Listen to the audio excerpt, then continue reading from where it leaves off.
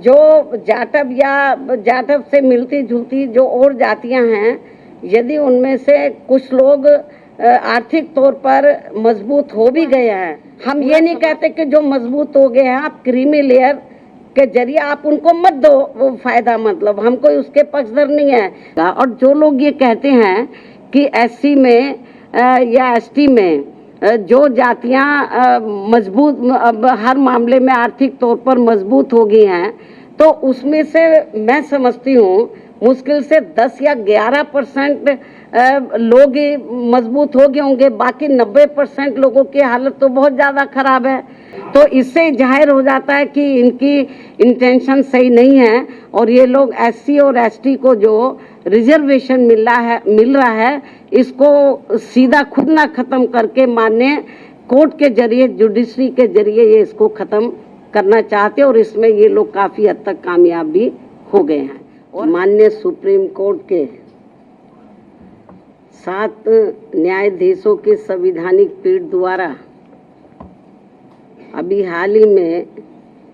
1 अगस्त 2024 को देश में अनुसूचित जाति व अनुसूचित जनजाति के आरक्षण के संदर्भ में, जिसमें अनुसूचित जाति व जनजाति के लोगों को पुनः उप वर्गीकृत सब क्लासिफिकेशन अर्थात सब क्लासिफिकेशन किए जाने को मान्यता प्रदान की गई है, जिसको लेकर और भी बहुत सी बातें कही गई हैं। उनसे हमारी पार्टी कतई भी सहमत नहीं है और इस संबंध में माननीय सुप्रीम कोर्ट द्वारा दविंदर सिंह बनाम पंजाब राज्य मामले में पारित इस आदेश के अनुसार अब राज्य सरकारें अनुसूचित जाति व जनजाति की सूची के भीतर आरक्षण के लिए उप वर्गीकरण अर्थात नई सूची बना सकेंगी, जिससे फिर अनेकों समस्याएं उत्पन्न होंगी। और अब माननीय सुप्रीम कोर्ट ने अपने 1 अगस्त 2024 के इस निर्णय से 20 वर्ष पूर्व दिया गया निर्णय, जो सन 2004 में 5 न्यायाधीशों की संवैधानिक पीठ द्वारा ईवी चिन्नैया बनाम आंध्र प्रदेश राज्य में दिया गया था, तो उसको पलट दिया है, जिसमें अनुसूचित जातियों व अनुसूचित जनजातियों के भीतर किए जाने वाले वर्गीकरण को मान्यता देने से इनकार कर दिया गया था। और ये भी कहा गया था कि अनुसूचित जातियों व अनुसूचित जनजातियों के भीतर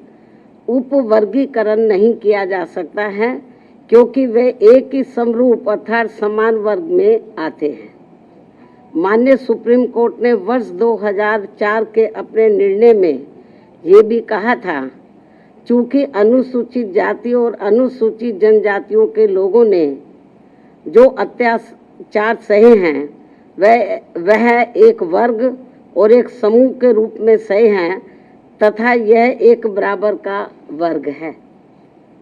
जिसके भीतर किसी भी प्रकार का वर्गीकरण करना उचित नहीं होगा। माननीय सुप्रीम कोर्ट ने अपने 2004 के निर्णय में ये भी कहा था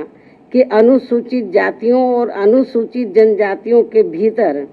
किसी भी प्रकार का उप वर्गीकरण भारतीय संविधान की मूल भावना के विपरीत होगा। माननीय सुप्रीम कोर्ट ने अपने वर्ष 2004 के इस निर्णय द्वारा समानता के अधिकार का उल्लंघन करने के कारण आंध्र प्रदेश सरकार द्वारा पारित आंध्र प्रदेश अनुसूचित जाति अधिनियम 2000 को भी रद्द कर दिया था। अपने 2004 के निर्णय में माननीय सुप्रीम कोर्ट ने ये भी माना था कि ये वर्गीकरण इन जातियों के भीतर अलग अलग व्यवहार करके समानता के अधिकार का उल्लंघन करेगा। और अब माननीय सुप्रीम कोर्ट के 7 जजों की पीठ ने 1 अगस्त 2024 के निर्णय से सन 2004 के निर्णय को पलट दिया है, जबकि इस निर्णय से अनेकों मतभेद उत्पन्न होंगे। माननीय सुप्रीम कोर्ट के 1 अगस्त 2024 के इस निर्णय के बाद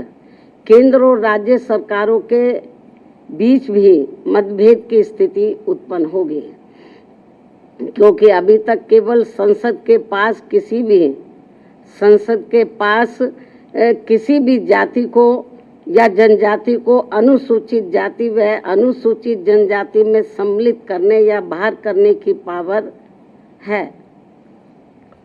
जिसे माननीय राष्ट्रपति द्वारा अपने आदेशों द्वारा क्रियान्वित किया जाता है और जिसे बदलने का किसी भी राज्य सरकार को अधिकार नहीं है। परंतु अब 1 अगस्त 2024 के इस निर्णय के बाद जहां जो पार्टी सत्ता में होगी वह अपनी अपनी राजनीति के हिसाब से अदलती बदलती रहेगी, जिसके साथ साथ राज्य सरकारें अपने अपने वोट बैंक के लिए अपनी मनचाही जातियों को आरक्षण का अनुचित लाभ देने का प्रयास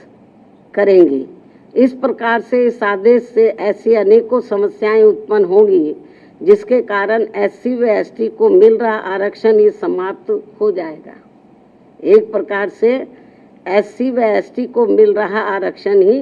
समाप्त हो जाएगा और फिर इसका नतीजा ये होगा कि अनुसूचित जाति व जनजाति वर्ग अंत में आरक्षण से वंचित रह जाएगा और उनके हिस्से का आरक्षण भी अंत में किसी न किसी रूप में सामान्य वर्ग को ही दे दिया जाएगा। माननीय सुप्रीम कोर्ट द्वारा अपने 1 अगस्त 2024 के इस निर्णय में इस बिंदु पर भी पर्याप्त विचार व्यक्त नहीं किए गए हैं कि अनुसूचित जाति और अनुसूचित जनजाति के किन लोगों को क्रीमी लेयर की श्रेणी में रखा जाएगा और यह तय करने का क्या मानक होगा कि किन लोगों को अब आरक्षण की आवश्यकता नहीं है तथा इस कार्य के लिए अब राज्य सरकारों को राजनीति करने का पूरा मौका मिल जाएगा। माननीय सुप्रीम कोर्ट के इस निर्णय के बाद यदि अनुसूचित जाति और अनुसूचित जनजाति के भीतर उपवर्गीकरण किया जाता है तो वर्तमान में लागू आरक्षण के अनुसार सरकारी नौकरियों और शैक्षणिक संस्थानों में अनेकों पद रिक्त रह जाएंगे, क्योंकि जिन सीमित वर्ग की उपजातियों को आरक्षण दिया जाएगा उसमें रिक्त पद के सापेक्ष उतने अभ्यर्थी उपलब्ध नहीं हो पाएंगे और ऐसी स्थिति में ये बची हुई रिक्तियां अंत में सामान्य वर्ग के हिस्से में ही चली जाएंगी, जिससे समूचे दलित व आदिवासी समाज के पिछड़े हुए लोगों को काफ़ी नुकसान होगा और उनमें असंतोष की भावना उत्पन्न होगी। इसके साथ साथ माननीय सुप्रीम कोर्ट के निर्णय दिनांक 1 अगस्त 2024 के अनुसार अब राज्य सरकारों को ये अधिकार होगा कि वह संविधान के अनुच्छेद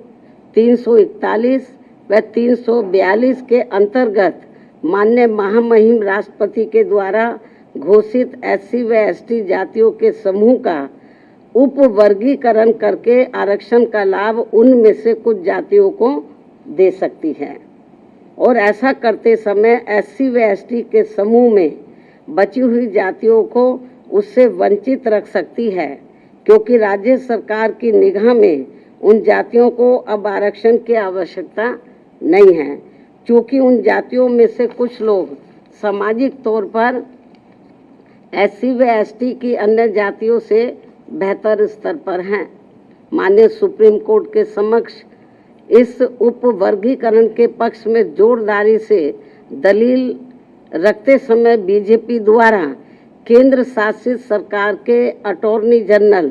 सॉलिसिटर जनरल, पंजाब में आम आदमी पार्टी की सरकार के महाअधिवक्ता, हरियाणा एवं चंडीगढ़ की ओर से अधिवक्ताओं द्वारा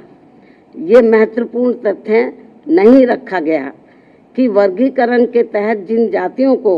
लाभ से वंचित कर दिया जाएगा, उन जातियों में अभी भी लाखों व्यक्ति ऐसे होंगे जिनको आरक्षण का लाभ नहीं मिल पाया है और अब उन्हें अनुच्छेद 341 एवं 342 के तहत SC व ST वर्ग के समूह में होते हुए भी हमेशा के लिए आरक्षण से वंचित रहना पड़ेगा, जो कि किसी भी प्रकार से न्याय संगत व उचित नहीं होगा तथा पूर्ण रूप से असंवैधानिक भी होगा तथा ये सभी उप वर्गीकरण वाली जातियां आपस में ही कोर्ट कचहरी अदालतों में वर्षों तक लड़ते रहेंगे और अंत में ये सभी लोग फिर आरक्षण से वंचित रह जाएंगे। साथ ही माननीय सुप्रीम कोर्ट के समक्ष दविंदर सिंह बनाम पंजाब राज्य मामले में सुनवाई के दौरान केंद्र के वकीलों और राज्य सरकार की तरफ से भी सत्ताधारी दल के वकीलों ने ही अपना पक्ष रखा है, परंतु माननीय सुप्रीम कोर्ट के 1 अगस्त 2024 के आए निर्णय के बाद अब तक इन सरकारों ने अपना पक्ष स्पष्ट नहीं किया है, जिससे अनुसूचित जाति और अनुसूचित जनजाति के लोगों में माननीय सुप्रीम कोर्ट के निर्णय को लेकर काफी भ्रांति की स्थिति बनी हुई है। माननीय सुप्रीम कोर्ट के समक्ष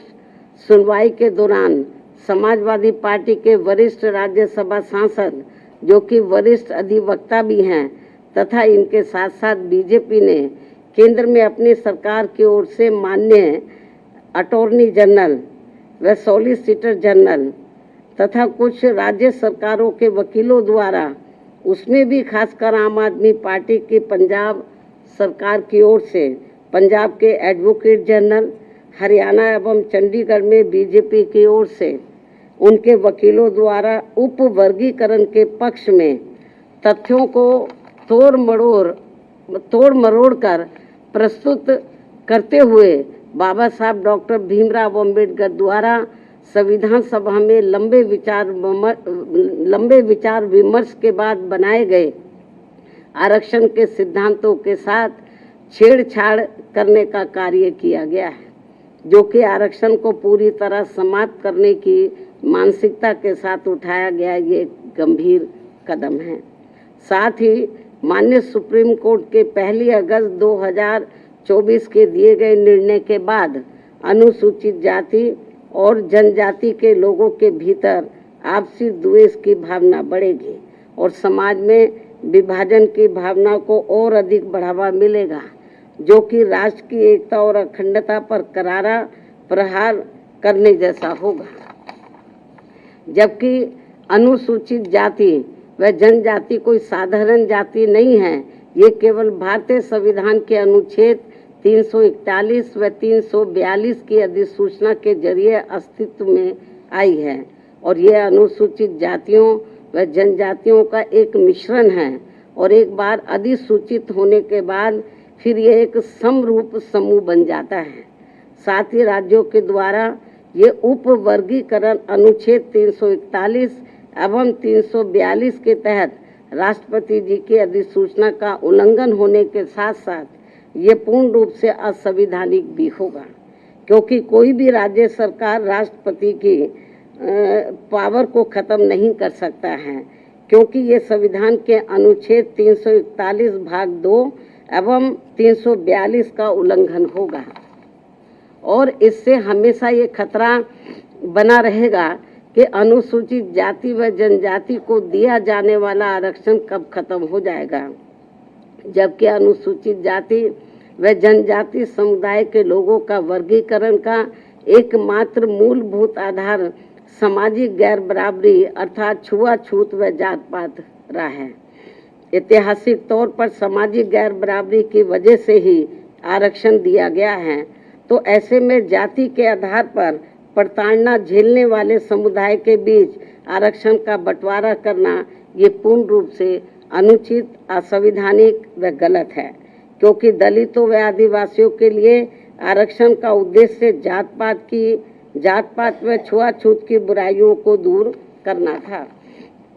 साथ ही दिनांक 1 अगस्त 2024 के माननीय सुप्रीम कोर्ट के निर्णय अनुसार अब राज्य सरकारें अनुसूचित जाति व जनजाति का उपवर्गीकरण कर सकते हैं, जो कि असंवैधानिक है एवं उचित नहीं है। इतना ही नहीं बल्कि अनुसूचित जाति एवं जनजाति समुदाय का यह उपवर्गीकरण, जिसे माननीय सुप्रीम कोर्ट ने अनुमति दे दी है, इसे अब राजनीतिक दलों द्वारा राजनीतिक हथियार के रूप में उपयोग किया जाएगा।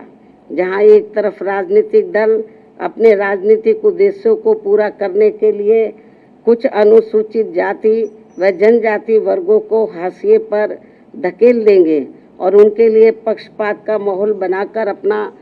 उद्देश्य पूरा करेंगे, तो वहीं दूसरी तरफ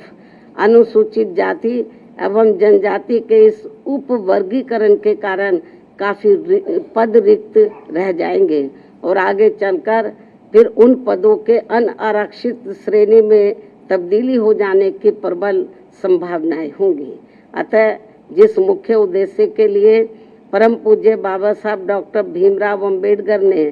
संविधान के तहत अनुसूचित जाति एवं जनजाति वर्ग को आरक्षण दिया था, उसे अब एक प्रकार से प्रभावहीन बना दिया जाएगा, अर्थात खत्म कर दिया जाएगा। वैसे भी खासकर बीजेपी, कांग्रेस व समाजवादी पार्टी आदि हमेशा से ही एसटी वर्गों को मिल रहे आरक्षण के विरुद्ध रहे हैं और इसलिए इनके वकीलों ने उपवर्गीकरण की काफी जोरदारी से कोर्ट के सामने अपनी दलीलें भी रखी हैं और इसे खत्म करने की सिफारिश में ये पार्टियां हमेशा प्रयासरत रहती हैं। समाजवादी पार्टी ने तो संसद के भीतर ही पदोन्नति में आरक्षण संबंधी बिल को ही बीजेपी और कांग्रेस की मिली भगत से फाड़ दिया था, जिसे आज तक केंद्र सरकार संसद में दोबारा नहीं ला सकी है, जिसकी वजह से माननीय सुप्रीम कोर्ट के नागराज के निर्णय के तहत आज तक एससी व एसटी कर्मचारियों को पदोन्नति में आरक्षण संबंधी लाभ से वंचित रहना पड़ रहा है तथा अब इसी प्रकार से इस नए निर्णय दिनांक 1 अगस्त 2024 के तहत अंत में हमेशा के लिए ही इन वर्गों को आरक्षण से वंचित कर दिया जाएगा और इससे फिर बीजेपी, कांग्रेस व समाजवादी पार्टी आदि को आरक्षण खत्म करने के लिए इन्हें संविधान बदलने की भी जरूरत नहीं पड़ेगी। और यही कारण है कि इन पार्टियों ने केंद्र सरकार व राज्य सरकारों की तरफ से उचित पैरवी भी नहीं की है और काफी कुछ उपवर्गीकरण के पक्ष में दलीलें रखी हैं, जिससे कि मौजूदा चल रहे आरक्षण के विरुद्ध निर्णय आए। और यदि बीजेपी के एनडीए व इंडिया अलायंस की सभी पार्टियों की नीयत ठीक होती और वो एससी व एसटी को मिल रहे आरक्षण में छेड़छाड़ आदि करके उसे खत्म नहीं करना चाहते, तो फिर मेरी इन सभी पार्टियों से ये अपील है कि ये सभी पार्टियां इस विषय पर, इस मुद्दे पर देश के समूचे एससी व एसटी समाज के समक्ष अपना पक्ष स्पष्ट करें और इसी चल रहे संसद सत्र में संविधान में उचित संशोधन लाकर ये स्पष्ट करें कि अनुच्छेद 341 व 342 के तहत माननीय राष्ट्रपति द्वारा घोषित एससी व एसटी जातियों के संबंध में भविष्य में किसी भी प्रकार की छेड़छाड़ व उपवर्गीकरण करने का अधिकार किसी को भी नहीं होगा तथा इन सभी जातियों को आरक्षण प्राप्त होने के लिए एक समूह के रूप में ही देखा जाएगा। ये इनको संशोधन संविधान में उचित संशोधन विधेयक इनको लाना चाहिए और ये सब लाकर इनको संविधान की 9वीं अनुसूची में इसको शामिल करना चाहिए ताकि फिर भविष्य में कभी भी जो एससी एसटी का आरक्षण है उसके साथ किसी भी प्रकार का कोई छेड़छाड़ आदि ना हो सके। हालांकि ये जो अब नौबत आई है, ये नौबत नहीं आती यदि इसको बहुत पहले ही संसद द्वारा संविधान की 9वीं सूची में डाल दिया जाता। हमारी पार्टी ने लोकसभा के अंदर भी और राज्यसभा में भी इस मामले को अनेकों बार उठाया है, लेकिन इसको टाल दिया गया, क्योंकि जब बीजेपी पावर में रहती है वो भी इसको टाल मटोल करती है इस मामले को, कांग्रेस पावर में रहती है तो वो भी इस मामले को टालमोल कर देती है। इससे स्पष्ट है कि चाहे कांग्रेस हो, बीजेपी हो या अन्य पार्टियां हो, उनकी वीकर सेक्शन के मामले में, खासकर दलितों व आदिवासियों के मामले में अभी इनकी जातिवादी सोच बदली नहीं है। मुझे नहीं लगता है कि ऐसा कुछ ये पार्टियां कर पाएंगी। इसके साथ साथ मेरी इस देश के सभी अनुसूचित जाति व अनुसूचित जनजाति वर्गों के लोगों से ये खास अपील भी है कि इस समय इस निर्णय से उत्पन्न स्थिति को अपने व अपने बच्चों के भविष्य तथा अपने संवैधानिक अधिकारों को नुकसान होने से बचाने के उद्देश्य से तथा बाबा साहब डॉक्टर भीमराव अम्बेडकर के द्वारा अपने अथक प्रयासों से इन वर्गों को जो संवैधानिक अधिकार दिलाए गए हैं, तो उन्हें खत्म होने से बचाने के लिए इस स्थिति को अपने लिए एक आपातकालीन की स्थिति समझते हुए इन्हें एकजुट होना पड़ेगा तथा मात्र अपने अपने राजनीतिक स्वार्थ व दबाव से प्रेरित न होकर यहाँ सभी राजनीतिक पार्टियों के ऊपर दबाव डालकर उचित संवैधानिक संशोधन लाने के लिए मजबूर करना पड़ेगा। इस खास अपील के साथ ही अब मैं माननीय सुप्रीम कोर्ट से भी ये पुरजोर अपील करती हूँ कि वह देश में SC व ST वर्गों के हितों में अपने 1 अगस्त व सन 2024 के दिए गए फैसले पर खुद ही पुनर्विचार करके इसमें मेरी इन सब बातों को खास ध्यान में रखते हुए जरूरी बदलाव लाए, तब्दीली लाए, वरना इन वर्गों में से आरक्षण के पात्र लोगों को बड़ा भारी नुकसान हो जाएगा। इस खास अपील के साथ ही अब मैं अपनी बात यही समाप्त करती हूँ। वो पूरा उन्होंने तो बल्कि इस मामले में वो ऐसी दलीलें रखते रहे कि जिससे माननीय सुप्रीम कोर्ट को ये फैसला देने में उनको और मदद मिल गई, चाहे तो कांग्रेस की ओर से वकील खड़े हुए हों या सरकार की ओर से खड़े हुए हों, इन्होंने एक प्रकार से माननीय सुप्रीम कोर्ट की मदद ही की है इस मामले में। तो इससे जाहिर हो जाता है कि इनकी इंटेंशन सही नहीं है और ये लोग SC और ST को जो रिजर्वेशन मिल रहा है इसको सीधा खुद ना खत्म करके माननीय कोर्ट के जरिए, जुडिशरी के जरिए ये इसको खत्म करना चाहते हैं और इसमें ये लोग काफ़ी हद तक कामयाब भी हो गए हैं और हमारी पार्टी इसको लेकर बड़ी चिंतित है। जो SC ST का पदोन्नति में जो आरक्षण का मामला था तो वो लगभग ख़त्म सा हो गया था। उसको प्रभावी बनाने के लिए हमारी पार्टी ने उस समय सेंटर में कांग्रेस की सरकार थी, उनके ऊपर दबाव बनाया कि आप इसमें संशोधन विधेयक लाइए और पदोन्नति में आरक्षण को पुनः प्रभावशाली बनाया जाए। जब ये बिल लाया गया तो कांग्रेस नहीं चाहती थी कि SC ST वर्गों के कर्मचारियों को पदोन्नति में आरक्षण का लाभ मिले। तो कांग्रेस उस समय पावर में थी, तो कांग्रेस और बीजेपी खुद ना आगे आकर उन्होंने समाजवादी पार्टी के जो सांसद हैं उनको आगे किया और उनकी मिली भगत से उन्होंने इस बिल को फाड़ा और इस बिल को पास नहीं होने दिया और अभी तक ये बिल पास नहीं हुआ। हमने माननीय सुप्रीम कोर्ट से मीडिया के माध्यम से हमने उनसे अपील की है आज कि वो अपने इस फैसले पर पुनर्विचार करें, इस फैसले को बदले, वरना इस देश में जो करोड़ों दलित और आदिवासी समाज के लोग हैं तो जिनको अपने पैरों पर खड़े करने के लिए परम पूज्य बाबा साहब डॉक्टर अम्बेडकर ने जो इनको आरक्षण की सुविधा दी थी, यदि ये खत्म हो गई तो बड़ा मुश्किल हो जाएगा। और जो लोग ये कहते हैं कि SC में या ST में जो जातियां मजबूत हर मामले में आर्थिक तौर पर मजबूत हो गई हैं, तो उसमें से मैं समझती हूँ मुश्किल से 10 या 11% लोग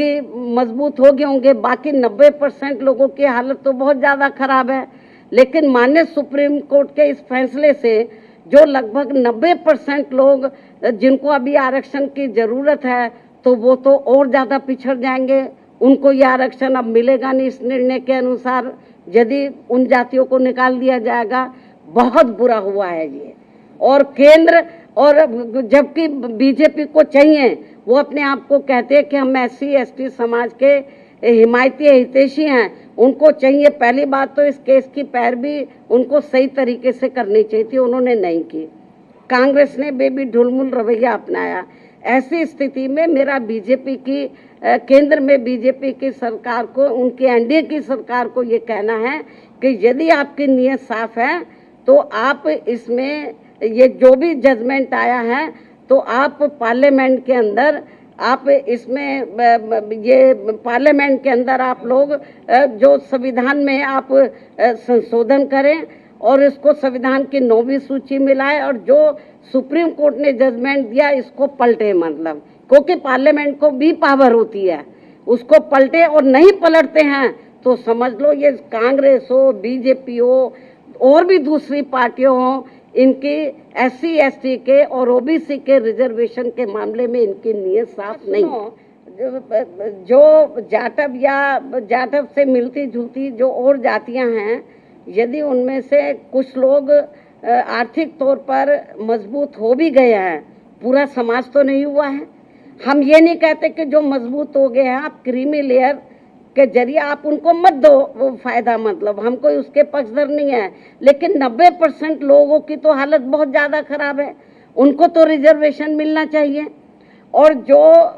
9-10% जो जाटव या इससे मिलती जुलती जातियों की स्थिति, आर्थिक स्थिति सुधर भी गई है, लेकिन समाज में तो आज भी जातिवादी लोग उनको